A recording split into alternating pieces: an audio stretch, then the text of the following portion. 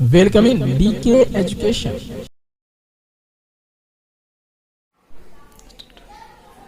Start. Hello students, myself here DK sir from Saraswati Vidya Mandir Lakshmi Nagar Sitamarhi. In today's class, we are in class 10th of physics. Something about the first chapter, electricity. We had read about the electricity, different types of terms in previous classes, but we have to explain this day Ohm's law. Why? एक भैया ने comment किया था कि Ohm's law का use हम क्यों करते हैं, ओम्स लॉ की आवश्यकता आखिर क्यों पड़ी। तो भैया ध्यान से सुनिएगा, आज के क्लास में मैं आपके प्रश्न का उत्तर बता रहा हूं। Ohm's law why. अब हम बात करते हैं कि हमारे पास एक सर्किट है, इसमें there is here a battery and there is a resistance, there is a bulb and so on. Now the current start to move from this point. इस पॉइंट से करंट मूव कर रहा है. We use here battery and here a resistance 0.5 ohm. यहां पर हमने क्या किया कि 0.5 ओम का एक रेजिस्टेंस डाल दिया। अगर इसको हम डायरेक्ट जोड़ देते इस बल्ब में तो दो प्रकार की स्थिति हो सकती थी। There are two circumstances. The first one, या तो बल्ब जलता या नहीं तो फ्यूज कर जाता, बुझ जाता है। Because from here the voltage supply about 5 volt let. अगर यहां से 5 वोल्ट करंट सप्लाई होता है, हो सकता है इसकी आवश्यकता 5 वोल्ट हो या 5 वोल्ट से कम हो। अगर ये डायरेक्ट यहां से 5 वोल्ट अगर जाता है या एलईडी बल्ब है, एलईडी है, तो यह फ्यूज कर जाता है। इसको बचाने के लिए the appliances used in circuit में जो एप्लियंसेस लगे हुए हैं बिजली के, उनके सेफ के लिए, सुरक्षा के लिए हमने यहाँ पे रेसिस्टेंस लगाया। अब रेसिस्टेंस ये कितने पावर का होना चाहिए, इसका कैपेसिटी क्या होना चाहिए, वही कैपेसिटी को डिनोट करने के लिए हम यहाँ पर रेसिस्टेंस का उपयोग करते हैं। कितने रेसिस्टेंस का, कितने पावर का रेसिस्टेंस हमने यहाँ यूज करना है। What amount of power resistance is used at this place, then it determines us by the, किसके द्वारा प्राप्त होता है, तो ओम्स लॉ के द्वारा प्राप्त होता है। तो ओम्स लॉ, अब इसको मैं लैंग्वेज में कुछ लिख रहा हूं यहाँ पे। अगर आपके पास नोटबुक वहां पे उपलब्ध हो और पेन उपलब्ध हो तो आप उसको लिख लीजिए। Ohms law allows, Ohm's law हमको क्या करता है, अलाउ करता है। कौन चीज के लिए अलाउ करता है, तो टू डिटरमाइन कौन चीज के लिए determine, to determine the characteristics.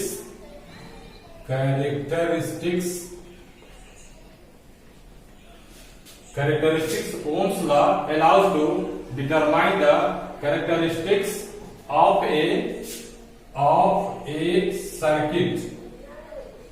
आपको लिखते जाना है, मैं बार बार बोल रहा हूं कि आपको लिखने में, सुनने में कठिनाई नहीं हो। Ohm's law allows to determine the characteristics of a circuit such as अब यहाँ की बात हम कर रहे हैं 0.5 ohm. This is the how much, है ना? Such as how much current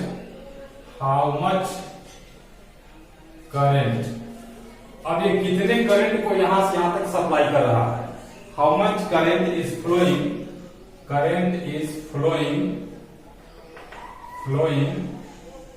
through it. मतलब इस सर्किट के द्वारा कितना करंट फ्लो हो रहा है, इसको नापने के लिए हमको ओम्स लॉ की जरूरत पड़ती है. उम्मीद है, I hope that you will understand this terms. After that some numericals, कुछ न्यूमेरिकल्स को इस पे हम देखते हैं तो हमको और यह समझ में आ जाएगा. एक न्यूमेरिकल्स मैं उठाता हूं. एक न्यूमेरिकल्स भैया ध्यान से देखिएगा इस न्यूमेरिकल्स को कि ये पिछले साल बोर्ड एग्जाम में भी पूछ चुका है, इसलिए मैंने इस क्वेश्चन को उठाया. क्वेश्चन है what voltage will produce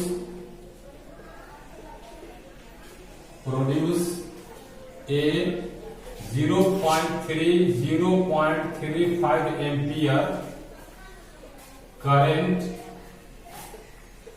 through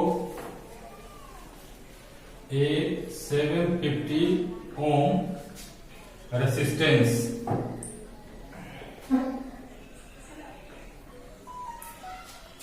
Here, what voltage will produce a 0.35 ampere current through a 750 ohm resistance?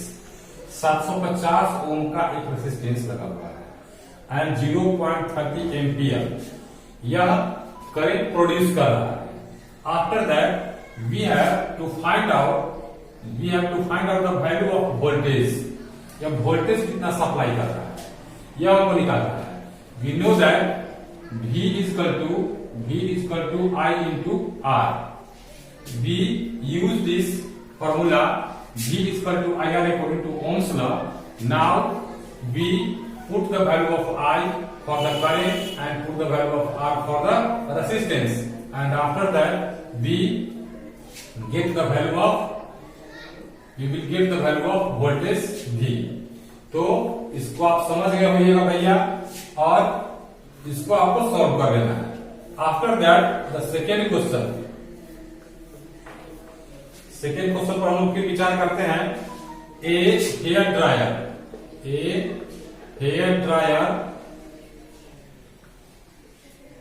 draws 6.5 ampere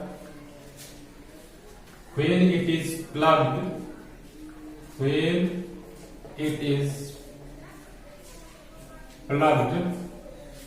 into a 120 volt outlet. What is the resistance?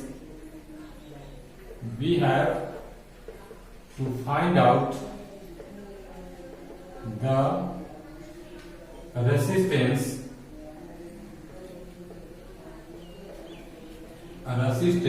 and in second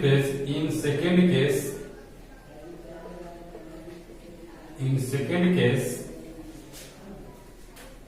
how much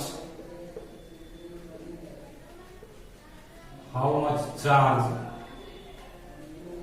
passes through it